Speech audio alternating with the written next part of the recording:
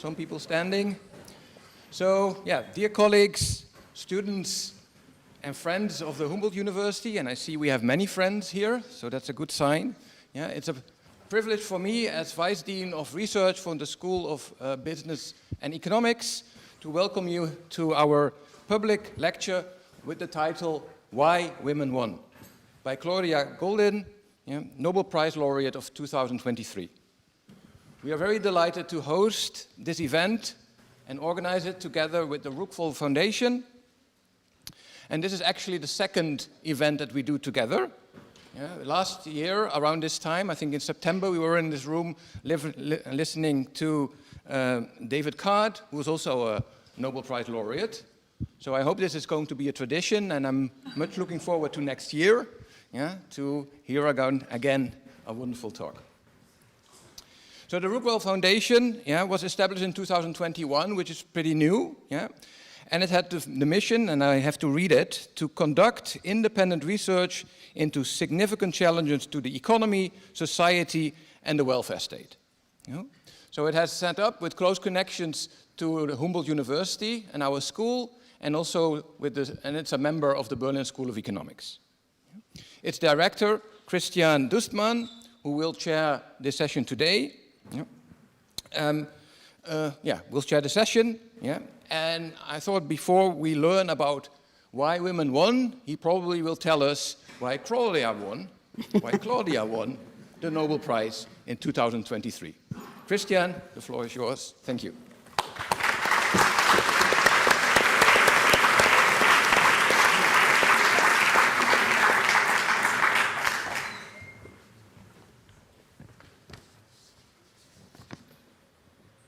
Thanks a lot, Roland. Yes, so it is actually a tradition. We are in our second year of organizing the IF Berlin annual public lecture together with Humboldt University. And we are in our 5th year of existence, IF Berlin. And we have been collaborating very closely with Humboldt University. In the first years, we didn't even have offices. And the university, and in particular the economics department, was very generous in offering us space and possibilities. Now, I welcome everybody to the second annual IF Berlin public lecture. And it is a tremendous honor for me and for us to introduce our speaker tonight, Professor Claudia Goldin, Samuel Morris Professor, Lee S. Pelata Professor for Arts and Sciences, and the Henry Lee Professor for Economics at Harvard University, sorry. It took me a long time to actually, pronounce all these different professorships. And of course, Claudia is the 2023 Nobel laureate in economic science. She is one of the most influential economists of our time. Her pioneering research has transformed our understanding of the role of women in the economy and the long-run evolution of labor markets. Over the past 4 decades, she has illuminated how women's work, education, and family decisions have shaped and have been shaped by broader economic and social change. Claudia's work is truly special. It combines modern empirical analysis with deep historical insight, and she traces the forces that have driven gender gaps in labor force participation in pay and career advancement. From her classic book, Understanding the Gender Gap, to her more recent Career and Family, Women's Century-Long Journey Towards Equity, which has been translated into many languages, among them Korean and of course also German. Claudia's research offers a unique narrative of how the interplay between technological change, education, social norms has defined women's economic progress.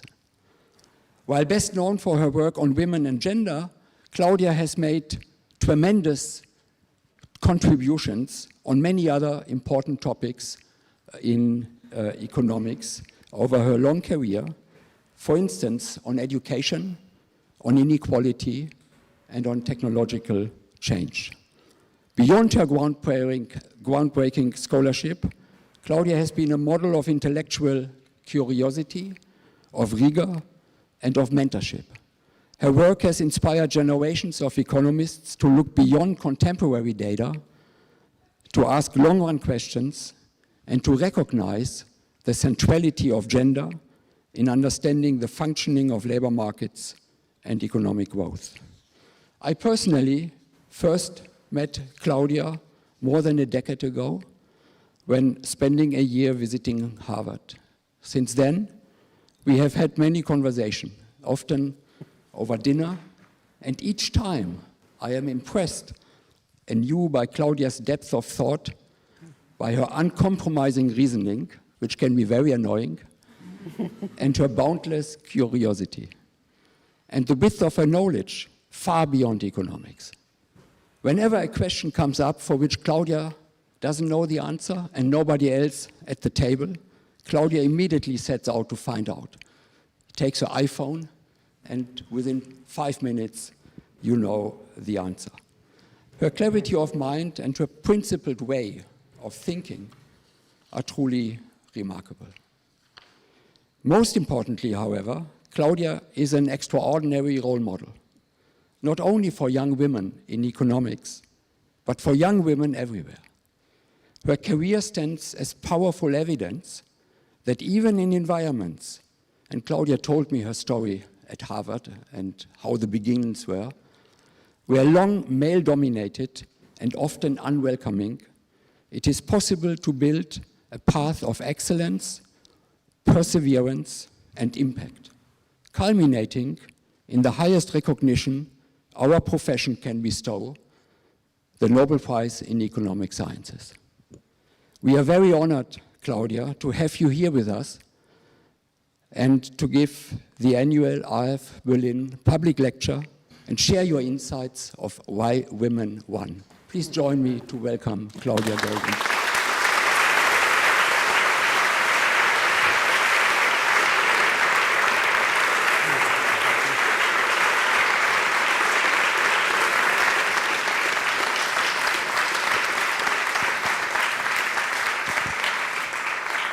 Well, thanks very much. I hope that everyone can hear. I can see that there are some people standing. There are actually a couple of seats here. So my presentation today is going to be about women's rights. It's going to be about the United States after suffrage was won. I'm not going to do much about suffrage. So the questions that I'm going to pose are, when did women's rights change, and how did they change, and why did they change? And so why women won rights in the US initially had to do with the civil rights movement. And women's rights movement awakened a large group of women and men to a set of wrongs. And in a brief time frame, considerable legislation was passed, and various judicial decisions bolstered the laws. But the passage of some legislation, you'll see, invigorated and reinvigorated what one would call an anti-feminist, mainly women, by the way, traditionalist movement that is certainly with us today. And deep divisions have existed in the US for some time between a group one might call traditionalists and a group one might call feminists. And for the longest time, divisions, you'll see, were greater among women than between men and women. So by women's rights, I mean that legal and political and social rights of women are equal to those of men. And I'm going to include in legal rights those in the polity, those in the workplace, those in schools, those in the family, those in marriage and credit and social security systems, as well as the military, and also those with regard to a woman's own body. So I'm going to mainly talk about the expansion of rights.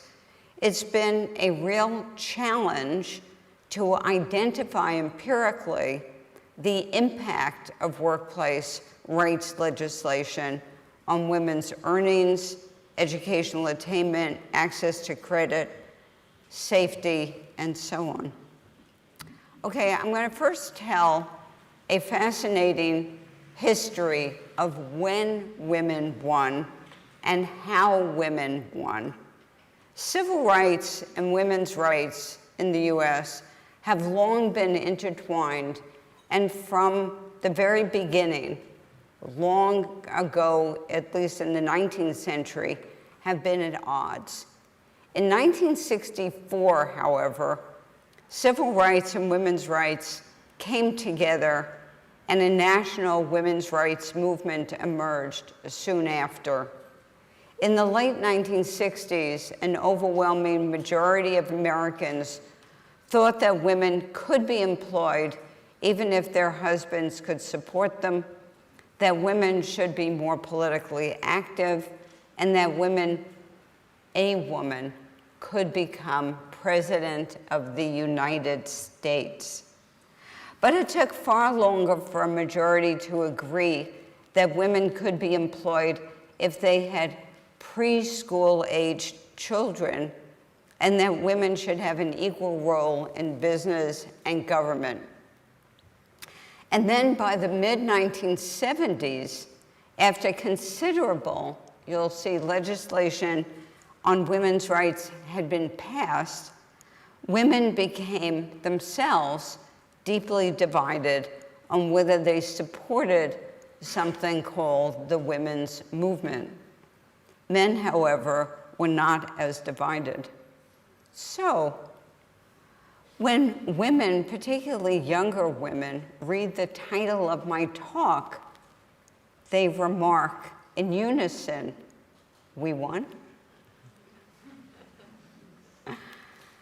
But not that long ago, women were fired or demoted for being married, getting married, being pregnant, having children, or capable of having children, were denied credit and mortgages, had to use their husband's name on credit cards and on their driver's license in many states in the US, had jobs that were advertised separately from those of men, that's until about 1972, had restrictions on their work hours, types of jobs, and conditions of jobs, that's until about 1968 to 1970.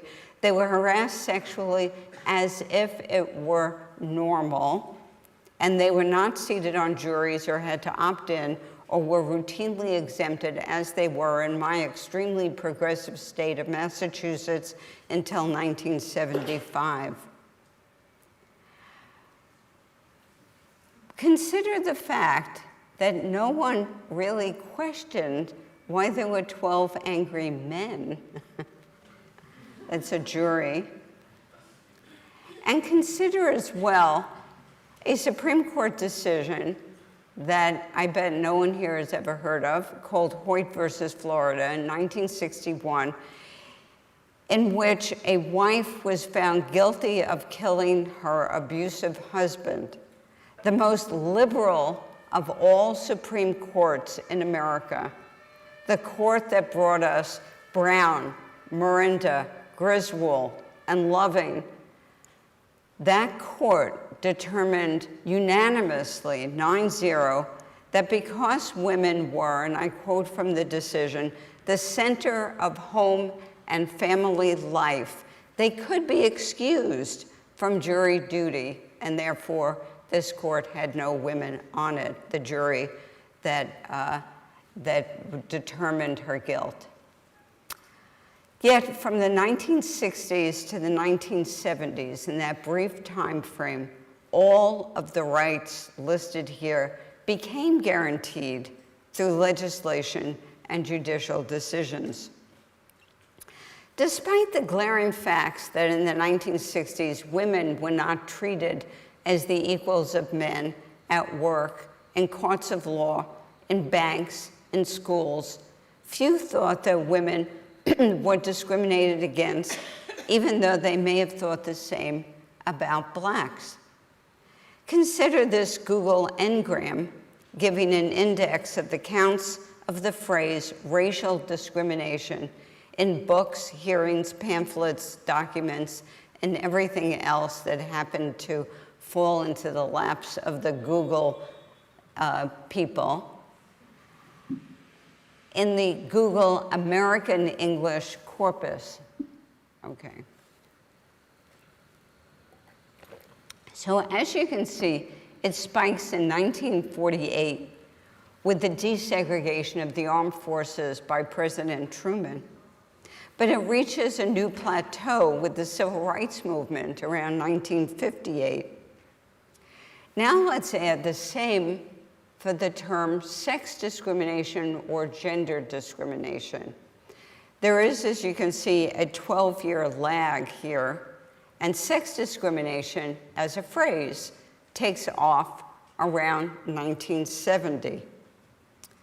Consider the same exercise. If you don't like Google Ngrams, perhaps you would like a corpus of major city newspapers. And here the spike for race discrimination is with the 1964 Civil Rights Act.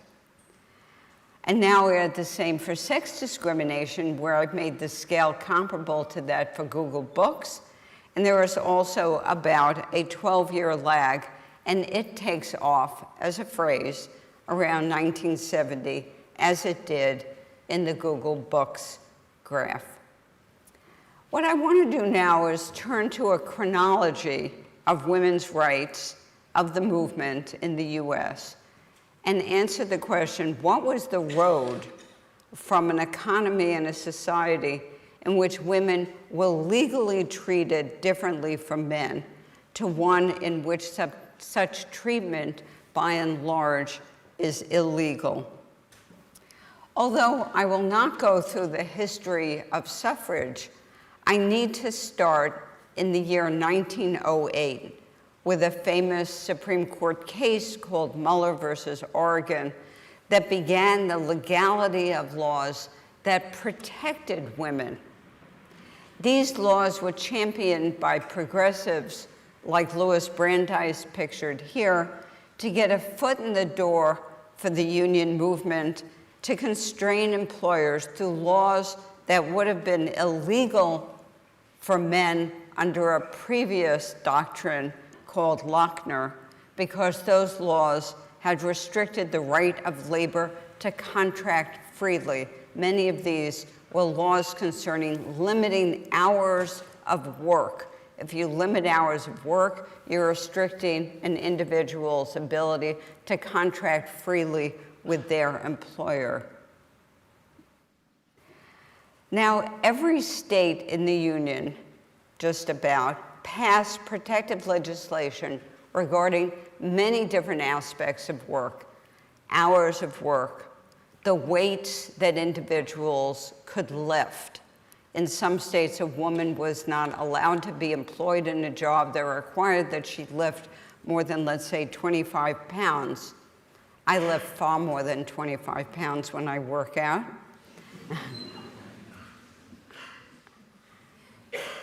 Also, laws that concerned the requirement that seats be placed in a place of work for women. I don't have a seat today. And also restrictions on occupations.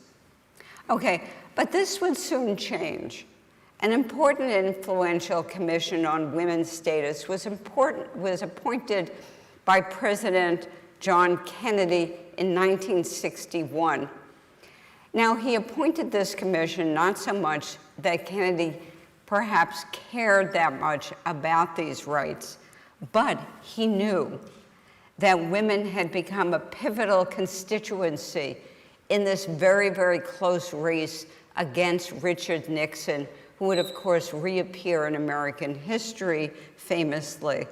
But he won that race in 1960. He knew, because women had become a pivotal constituency. So he appointed this very important commission, and the commission, chaired by the great Eleanor Roosevelt, called for the passage of the Equal Pay Act, which had not yet been passed.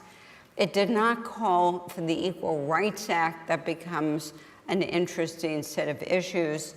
It called for there to be limits on this protective legislation that I just talked about, and it called for the use of the 14th and the 15th Amendments to the US Constitution to be used not just on account of race, but on account of sex. But I must digress for a moment and go back in history a little bit to the 1960s. Much happened in the US in the 1960s of relevance to my story, and for anyone in America who thinks that the times we are going through now are tumultuous and difficult, they should go through the 1960s, okay? There was a civil rights movement and an anti-war movement. And if you look at this picture over here of the mall in Washington, D.C., you see that it is crowded with many, many, many people, more people than are in this auditorium. There were so many people there. This was the largest single demonstration ever in American history. It was the moratorium against the war in Vietnam. And if you look really, really, really closely at this part of the mall, you will see me. Okay. So both the anti-war movement and the civil rights movement, both of them gave women organizing talents and demonstrated that their issues were not being discussed. Women learned a word. They learned that just like blacks were oppressed, they perhaps were also oppressed.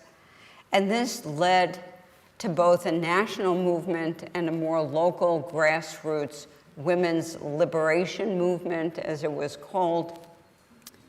And we can now return to the main timeline where I left off.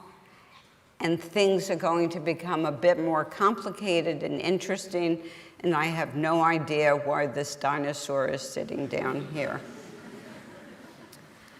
So the highly contentious Civil Rights Act was part of the Kennedy, that's John Kennedy's administration's agenda. But by 1963, it had become horrifically stalled in a Congress in which the Dixiecrats were preventing it from getting anywhere. But after Kennedy was assassinated in 1963, LBJ pushed it forward. And 2 days before the Civil Rights Act was going to be voted on in the House of Representatives, the word sex was added to one of its many titles, and it was added by someone pictured here, Howard Smith, Democrat of Virginia, who was one of the Dixiecrats. He was an ardent segregationist. The notion in history is that he probably added it to defeat it, that adding the word sex would then make it humorous and no one would want to vote for it. But in fact, that wasn't the case. History books here are somewhat wrong. Maybe he thought he was going to do that months before, but 2 days before it was clearly going to be voted on, he added it for another reason. And he added it because he was receiving support by the few women in the House and also by women he knew who were on various committees and groups for earlier in the century in terms of suffrage. And the notion was, as noted by Representative Martha Griffiths of Michigan, that if black women were to be protected at work, which this act would have done, then white women should be as well. And so the Title VII that he added the word to, protected individuals in private sector employment. It was not added to any of the other articles. And LBJ supported adding this word, and the law, after some difficulty in the Senate, passed in 1964 with the word sex only in Title VII, which, as I said, concerned private sector employers. So with Title VII, the Equal Employment Opportunity Commission was established as the enforcing agency, but it took, when it was established, it immediately essentially took no view, no action on account of sex. In fact, the commissioner himself said, "This is a commission concerning race. We are not a sex commission." And it mocked the commission. And so this led to outrage on the part of many individuals, many women and men, and it led to the formation of an organization called the National Organization for Women, otherwise known as NOW. And NOW then began to push for the passage of other acts, such as the Equal Rights Act, and for real equality, and for supporting the end of a huge amount of legislation called protective legislation. It's a fascinating moment in American history when the right and the left begin to switch. The right Republicans were always against this protective legislation because it was restrictive on firms, okay? The left, on the other hand, the Democrats, were for protective legislation because unions wanted them, okay? But in fact, it soon didn't matter because Title VII essentially ended all state protective legislation because it had to do with restricting individuals by gender in private sector employment. The Equal Rights Amendment, and so the Republicans, for the longest time, supported the Equal Rights Amendment, which was in their platform in 1940. Okay, it was in the Democratic platform later than that. The Equal Rights Amendment passed overwhelmingly in the House and the Senate in 1972, I'm sorry. What's interesting is how many of the laws that I will mention were passed in both houses by overwhelming majorities, showing bipartisan agreement, and this is one of them. It required 38 states to ratify it. In its first year, it got 30 states, so it looked like everything was go-go. Roe versus Wade was decided in January of 1973, which was actually an enormous surprise. We could go back and read the history and see that nobody thought the Supreme Court was going to decide Roe v. Wade as it did in 1973 and make abortion a right in the Constitution, read the Constitution in that manner. Many other women's rights acts passed with sturdy majorities. The women's movement was on a roll in the early 1970s, but with something to attack, another side rose up, and that was a group that was called Stop ERA, and STOP stood for Stop Taking Our Privileges. And the pro-life movement was reinvigorated, and the ERA essentially died by 1982. So, but women won a lot in the meantime. They won Title IX, they won the Equal Credit Opportunity Act, and many, many other acts. And to make more sense of this complicated history, I've compiled what historians and legal scholars have determined were the most important moments, including legislation, judicial decisions, major events, turning points, prominent individuals, and I've aggregated them to 5-year units and then graphed them here. And what you can see is that a very, very large fraction of these occurred between 1963 and 1973, about 45% of them. I also put them in 4 different categories: workplace, political, own body, economic, social, and I spent a lot of time doing it, and it was a complete waste of time. Because I thought it would matter, but in fact, as you can see, it doesn't really matter at all. Okay, so I think it's useful when we think about the rise of movements, the women's movement, the civil rights movement, the anti-feminist movement, et cetera, to think about them in terms of a model of political support. This is like a really simple way of thinking about it, okay? The model here acknowledges that women are really difficult to organize. Why? Because they're in every family, in every income class, in every religion and race and ethnicity, and probably in every zip code in America. They do not see individually that much can be done about their circumstances until some organization appears. And so what I want to do is assume here in this simple model that individuals adhere to one of 2 principles. Either they're for something we would call equality. They're women who say, I'm for equality with men. Or they're women who say, I am for certain differences between men and women. So let's say one is a feminist and one is more of a traditionalist.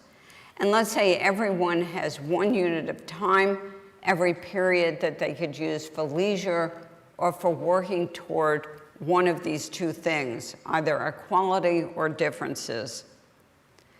And as I said, let's call one group feminists, for whom equality with men is highly valued, and the other traditionalists, for whom differences are more valued. And I put their preferences on the same graph for simplicity. Feminists are going to be going this way in a positive direction, and traditionalists are going to go this way in a positive direction. The 2 groups initially have latent demands. Everyone sits at home and thinks, I want something, but I have no idea what to do about it. How do I demonstrate? Can I just go out with my own little placard? No. So everyone sits there with latent demands, and the latent demands here are given by this equality PDF in blue. It gives the distribution of the feminists by their demand for equality, and that's on this axis here, higher equality, that's sort of lower over here. And it determines whether each will give effort. Am I going to give my 1 unit of effort to the organization, or am I going to keep it for myself? So each feminist has a desired value of E. And let's say my desired value is EERA. And so a woman who is stationed at EERA, that's what she's telling me, she is willing to give her units for. Okay, after the ERA is passed by Congress, feminists from E to ERA will no longer give their time to the movement. They already have what they want, so they sit at home and watch television or something. Yeah, we didn't have like phones or anything. We had real phones.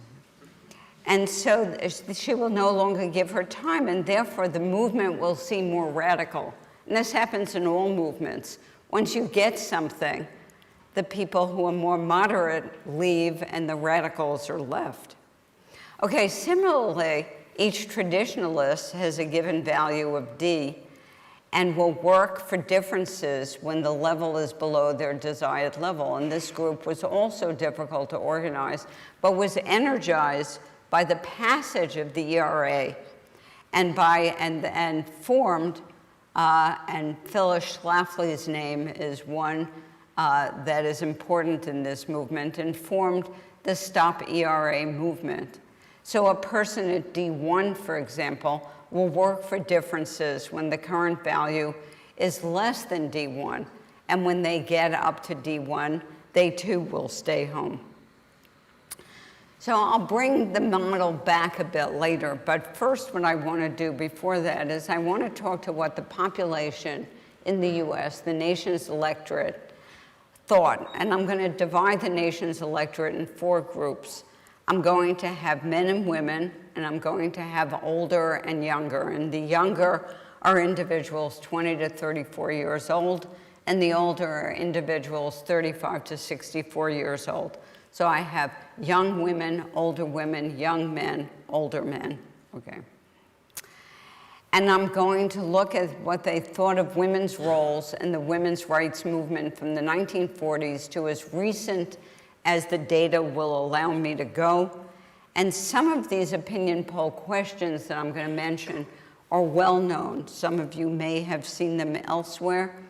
And I'm going to provide a really useful summary. So if I go over this too quickly, I'm going to provide a really great summary at the end, and so you can understand exactly what this is. And so the summary at the end is going to give the year when the median person in each group agreed with the questions, since we're thinking about a democracy here. The first 4 questions concern women's competencies and role, and I'll begin with one of the best known ones, which is, should a married woman work for pay if her husband can support her? And so the younger women are on the left and the older women are on the right. And the series begins around 1930s and is very, very low, and it remains low even after women had entered the labor force during World War II, which is really interesting because many people have thought that World War II was this great watershed and that women therefore thought that work for women was okay, and other people thought that it was okay, but in fact, that isn't exactly true. Men's views, I've added men here, were not much different from women's views, and note that there are no data from 1945 to 1970. It seems as if Gallup and Roper had said it couldn't give a damn about women then. They were thinking more about civil rights, for example. We'll see that I have some information to fill that in. And in 1970, the fraction supporting is substantial, especially for the younger group. 2 details are striking. First is how similar the answers are by sex. And the second is the change that occurs between 1945 and 1970, and that's probably, you'll see, in the late 1960s. A related question, and one that provides clues to the meaning of the previous one, is whether a preschool child would suffer if the mother works. And note that this question is not, should the mother not work, is should she work knowing her child would suffer? So even as late as 1977, when these data begin, that's when the question began to be asked, 80% of men over the age of 35 and almost 70% of women over the age of 35 believed that the child would suffer. And the fraction is substantial even for the younger group and even in the years in the 2000s.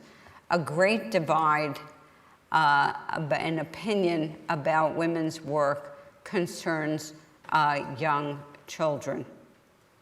Another informative question is whether the US would be better governed if women were more politically active, what exactly they meant by that, whether women should run for office, whether women should vote more often, isn't clear whether women were politically active. Initial differences by sex disappear by about 1970, and the vast majority begin to agree.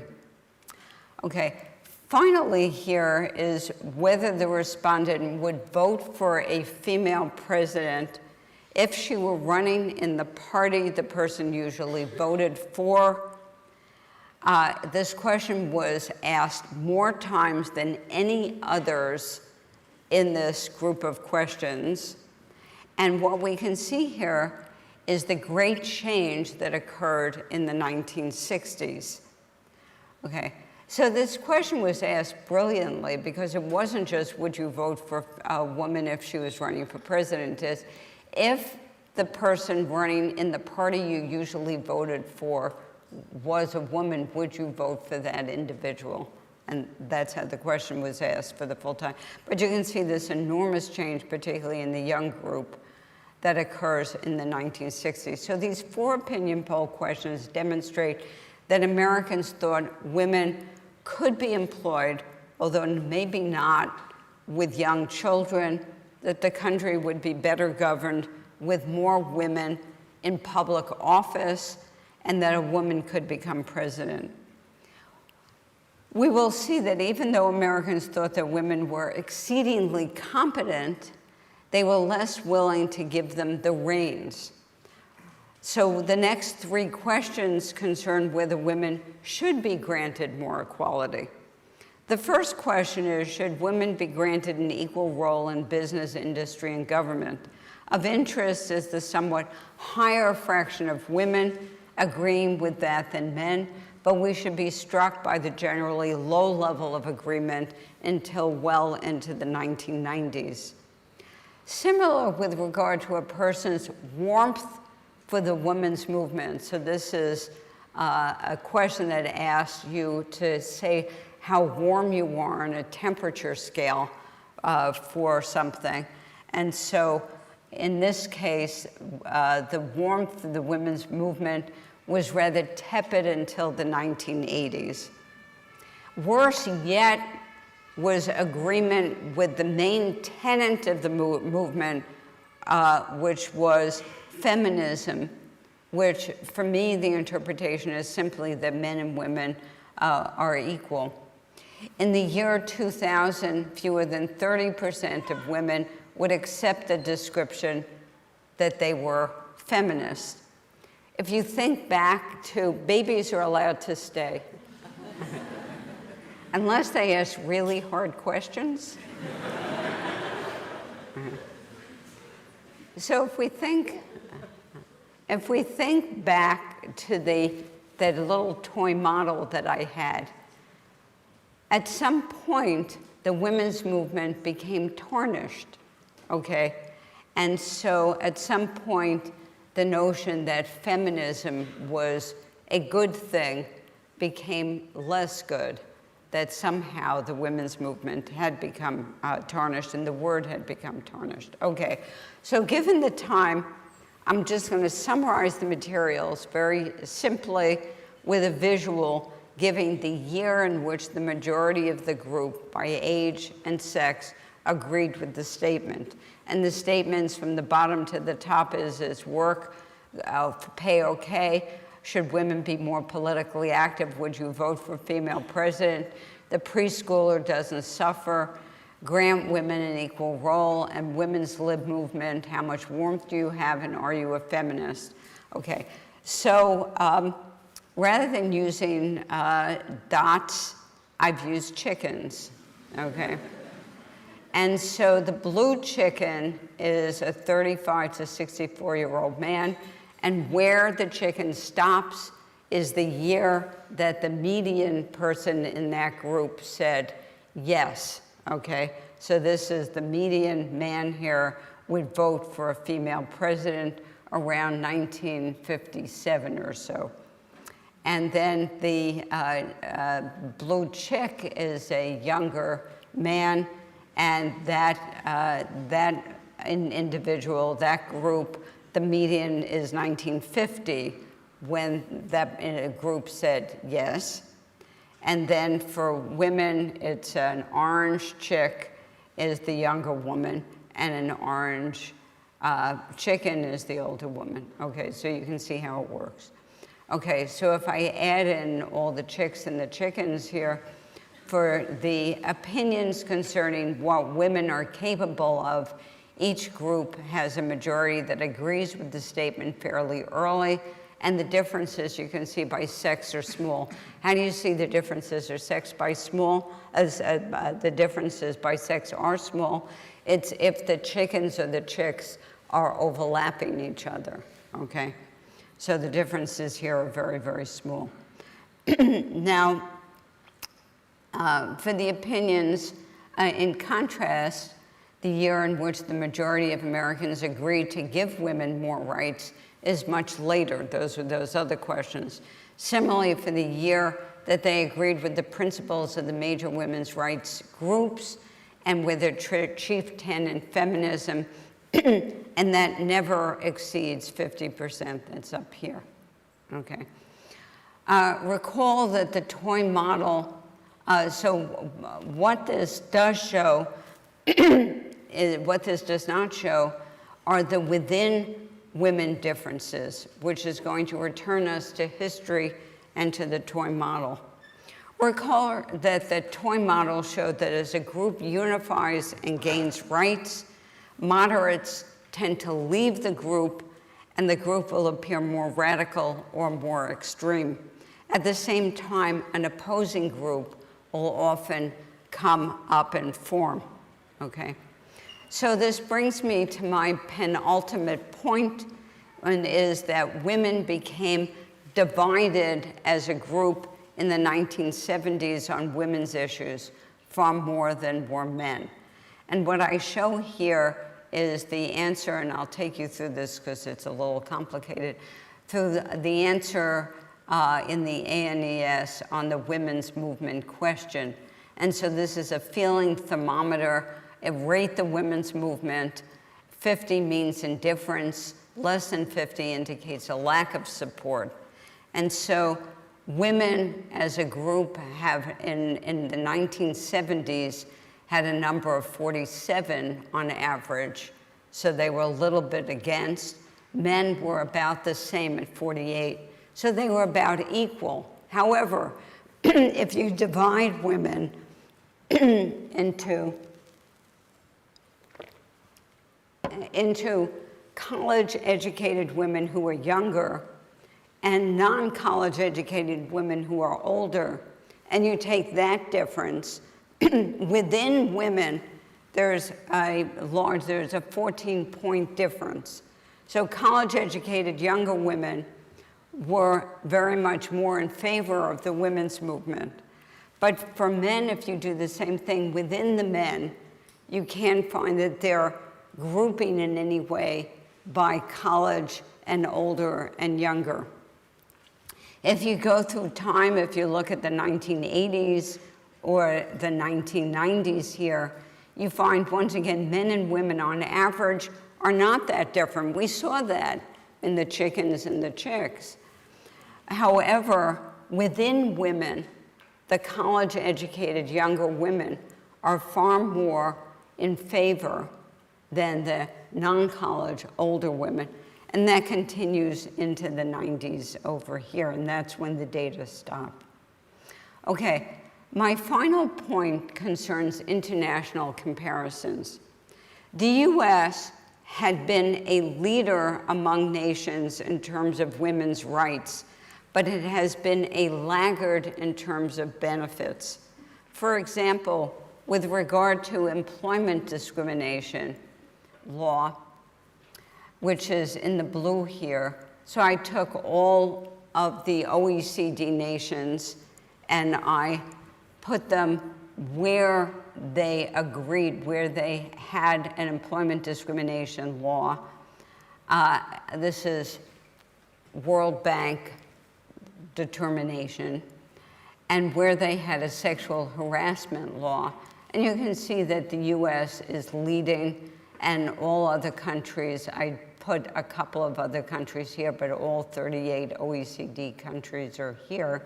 And you can see where each country is. But the US led in terms of these laws. Also with regards to sexual harassment, which is the orange over here. Equivalently, with regard to laws regarding no discrimination in credit, the US in 1974 passes something called ECOA, and other countries follow.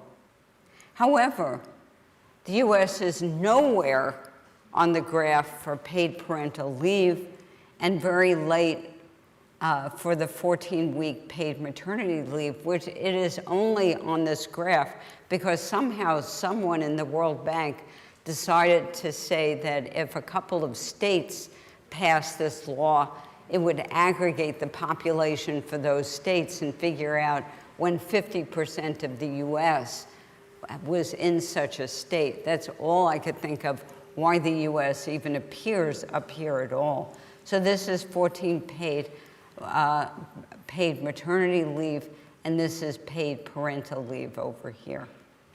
So the US is essentially nowhere on the map in terms of benefits and everywhere on the map in terms of rights.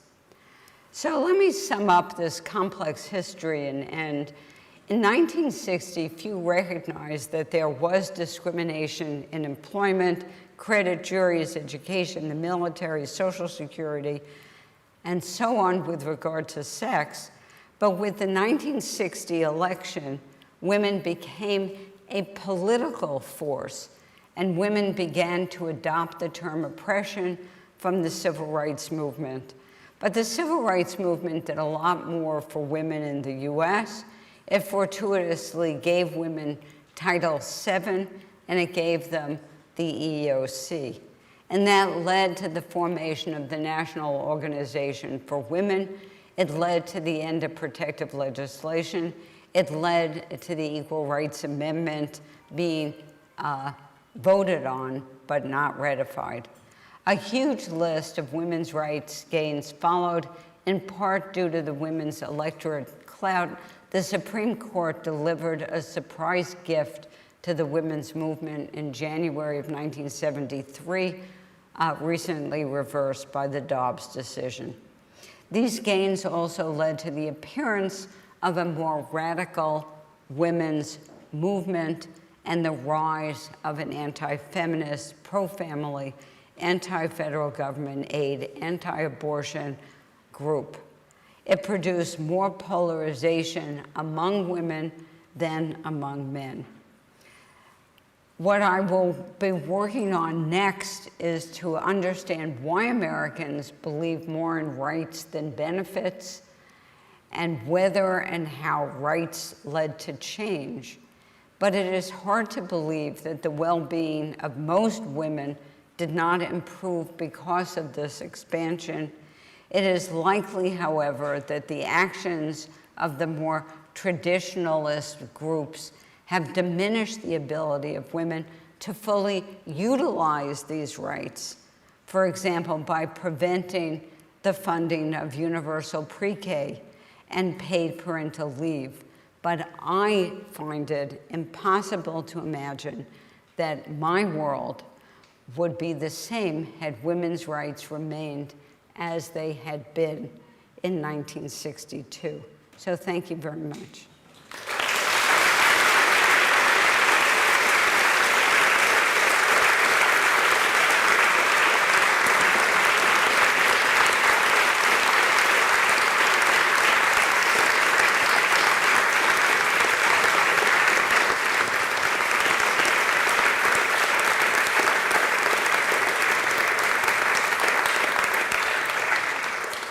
Okay, thanks, Claudia, for this fascinating talk and this fascinating journey through American recent history. We have time for some questions. I think we have at least 2 microphones in the room, so please raise your hand if you want to ask a question. And of course, people up there can also ask. You have not been disenfranchised. Come on, guys, don't be shy. They're never shy. Here's a very, very good question. Thank you very much for this fascinating talk. I looked at the data today. I called up Fred and looked at female labor force participation versus male. They've both stabilized at levels which are still disappointing if you take the position that women still don't have access to all the jobs and all the opportunities. And moreover, women live longer in the United States. So what's going on? They live longer in almost every country, okay? In fact, if I had to choose, I would be a Japanese woman, okay? I'd live forever, okay? Okay, for technical reasons, in Germany, we could only connect apparently one microphone. So But there is a... Can I answer this? Oh, I thought you did. No, I didn't. No. No. Labor force participation is a very odd concept. Okay, it was a concept that was developed in the 1930s. In the US, it was first asked in 1940. It's a very strange concept, okay? If instead we used a concept which would be full-time employment, the US would be way high. So the fact that Japan and the Netherlands and Germany have labor force participation, let's forget Germany for a second, okay? But certainly Japan, suddenly female labor force participation is way high. But we're not counting the fact that individuals work very part-time, okay, and very intermittently, and in jobs that are not what one might call lifetime jobs. So yes, one might say that something is disappointing if it's not going anywhere, okay? However, there are certain things that can never get above one, okay? So you can asymptote toward it, okay? The disappointment for me in the US is that many individuals who are not employed, who are not in the labor force, are individuals or women who, number one, are women who have young children and for whom childcare is very expensive and fraught with all sorts of problems. And number two are men who are discouraged. And these are two very, very different things. Yeah. Okay, next question. All right, thank you very much, Professor Goldin.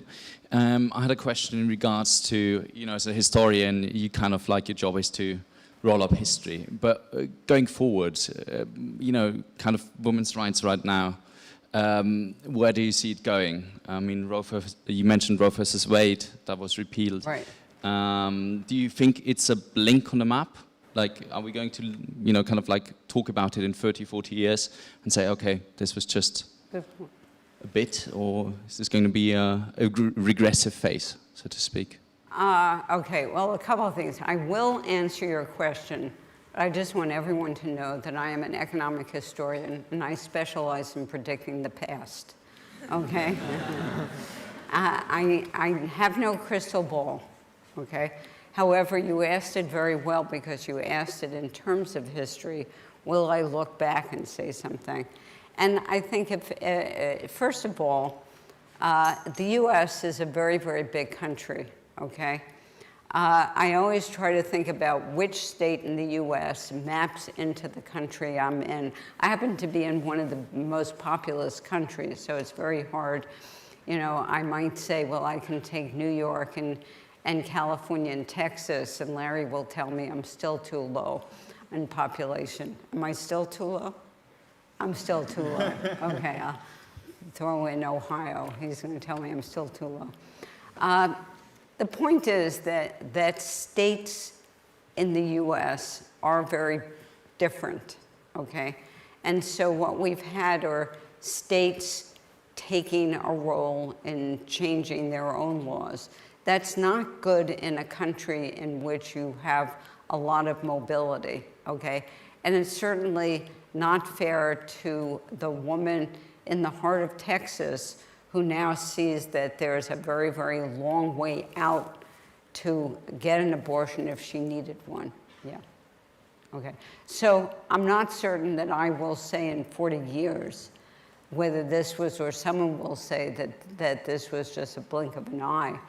But we are a very large country with a very different set of constituencies. And in that sense, it may be good for the family. You know, if you have a family in which one likes fish and one likes meat and one doesn't eat either, you just have 3 different dishes. Thanks. Okay, questions? There's a question over here.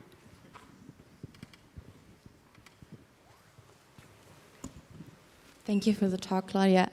You talked about cross-cohort differences within gender. One thing that has been a topic recently is cross-gender within cohort differences. So younger generations diverging in their political views. Do you see this happening across the board? And if so, what do you think are the consequences in the marriage market and beyond? What was that last part?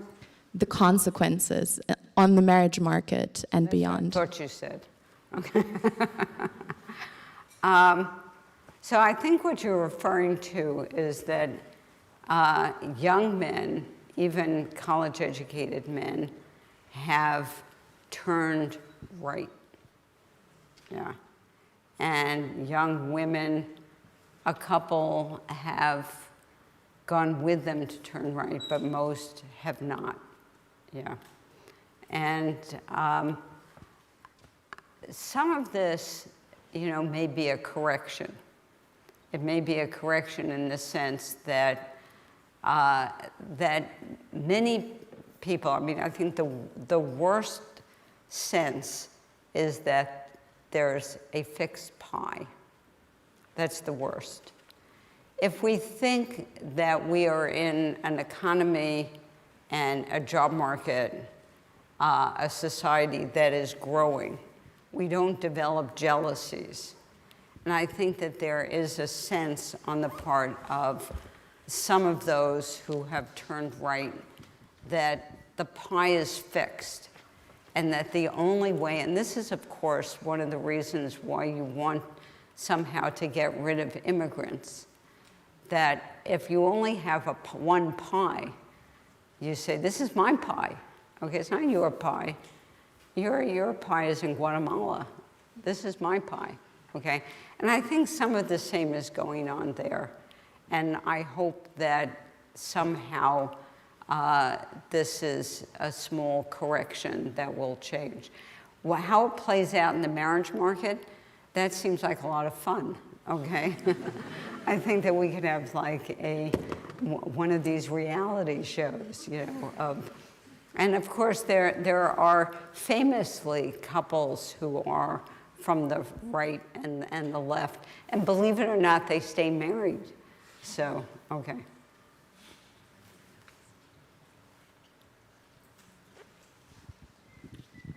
Thank you so much, Dr. Golden. I have a question with regards to the graph that you said was a waste of time, where everything kind of came together at the same time in the middle, if you know which one I'm referring to.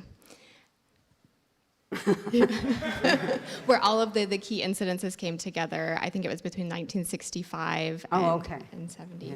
And I was just wondering, based off of maybe your other work that you've done, are there other patterns that you can also see that there are these, I don't want to call them necessarily critical juncture points, but similar points where lots of things happen at the same time, and what are the key predictors of those that could maybe help us in the future? Yeah, some of it is it sort of builds on itself, and some of them are related. And you're asking an extremely good question that one has to sort of step back and say, how many of these are independent of each other? And since this is a little counting exercise that I did myself, okay, it may be that some of these are sort of related, that you get for example, if you have a law that passes, and then there are a number of important Supreme Court decisions that interpret them. Remember, Congress the House writes this law, the Senate sort of works with them to put it into some form, and then the court then interprets it. And the court sometimes interprets it, and then Congress says, what? We didn't mean that. And then Congress goes and rewrites it and says, we're going to really rewrite it, okay? So some of it perhaps has to do with that, and some of it may have to do with something deeper. And what's deeper is that the female labor force really did change. And in the piece that I wrote on the Quiet Revolution, I think the Quiet Revolution is really the background to some of that, okay? And that's a younger group in which, and that paper also has a number of changes that sort of come together at once concerning aspirations and horizon and identity and education and employment and so on. Yeah, good question, thank you. Yeah, there's a hand back there. There are two hands that belong to two different bodies, as I can see. Okay, I think the hand in the back was first, and then the hand in the front. Okay.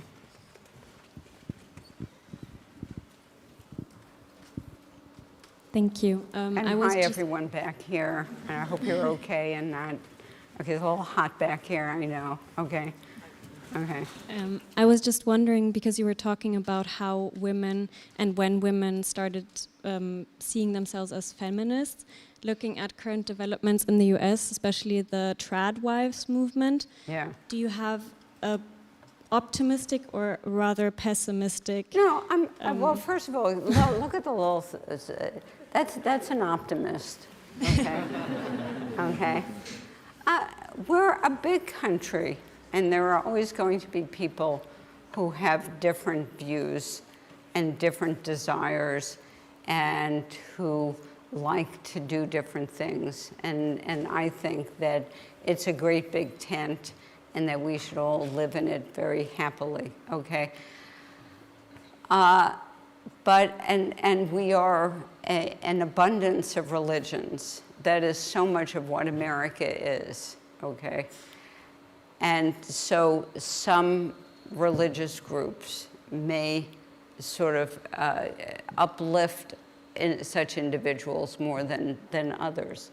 However, I think that it's also the case that because of the various media that we use, certain groups are just brought into much larger focus than they should be.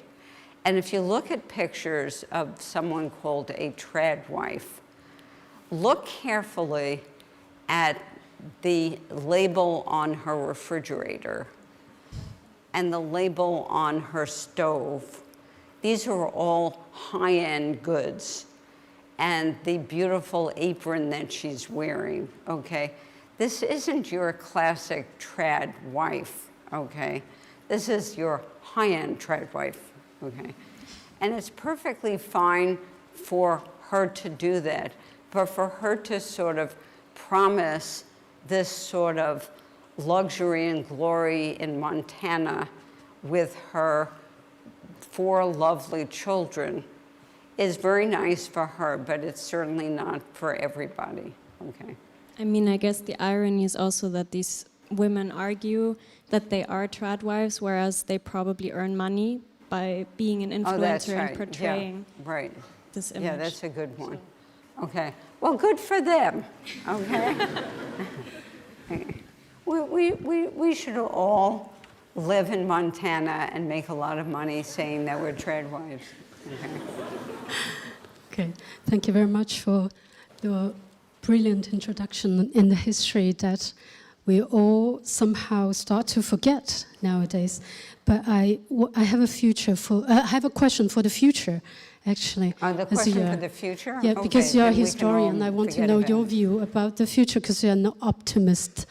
And it's about the word labor participation rate. I always feel discomfort when I hear this because women in the history has always been participated in labor. It's just that their labor is not counted. It's clear, in fact, in understanding the gender gap, the point is women have always worked. Yeah. Yeah. It's about distribution, right? That's why we are now still the majority of the poverty group as women in the world. So do you see a solution to this in the future? Like, how do we distribute this and recognize women's unpaid labor in every frontier, basically? Were you a policy recommendation maker? Okay, I don't give policy recommendations. I don't give personal recommendations of policy. However, the question that you asked is an extremely good one, extremely good.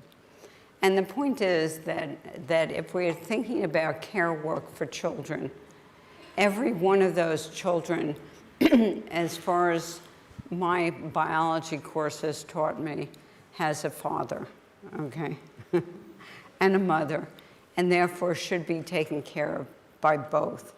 And the fact that they're not always has to do with something else in the system, which I've talked about having to do with greedy work, okay? So sometimes the problems are not what we think they are, but by something more in the labor market, okay? So I think it's thinking about the question you asked really blows open something more about the economy itself and not just about women being taken advantage of in terms of the patriarchy. Okay. Yes. Thank you. You mentioned early on at the outset that there's a distinction between de jure and de facto equality, and then you highlighted a lot of progress that I interpreted as mostly de jure progress. Do you think that the de facto progress has more or less moved in lockstep? And if not, when did it deviate and why? Yeah. So this is what I said is the most difficult part of this, is to understand the actual meaning and, in fact, whether the de jure is really catching up to the de facto, which is not part of what you said, okay? And some of it is that. Some of it is that it's easier to pass laws when we have already accomplished something, okay? But some of it is that we then sometimes have laws and then the de facto catches it. And one of the hardest part of this project is, since many of these laws are national in scope, is to understand and to empirically measure the actual impact. The other problem is that sometimes the de jure impedes the de facto.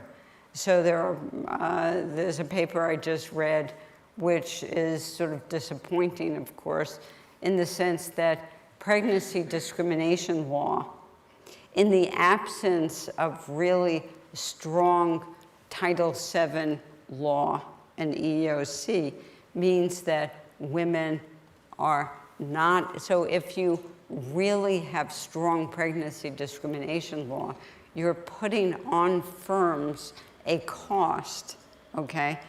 And then women won't get hired, okay? So you have to, the de jure is far more complex. But that is, thank you, a very, very good point, yeah. Are you a lawyer? No, I'm an economist. Oh, okay. At ANU? Okay. Okay, so thanks everybody for coming to this event and for asking questions and showing a lot of interest in this incredibly important topic. Yeah, and if anyone wants to send me further answers, they could be in the form of a question, okay? I would appreciate it, yeah. Wait a couple of days until I get back, okay? Okay, so on that note, let's thank again Claudia for absolutely great talk.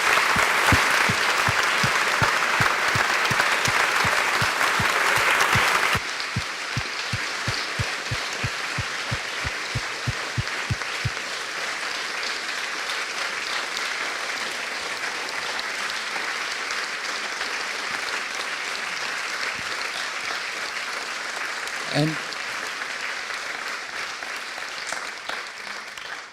there will be a reception outside, and so you are welcome to join. Thanks a lot.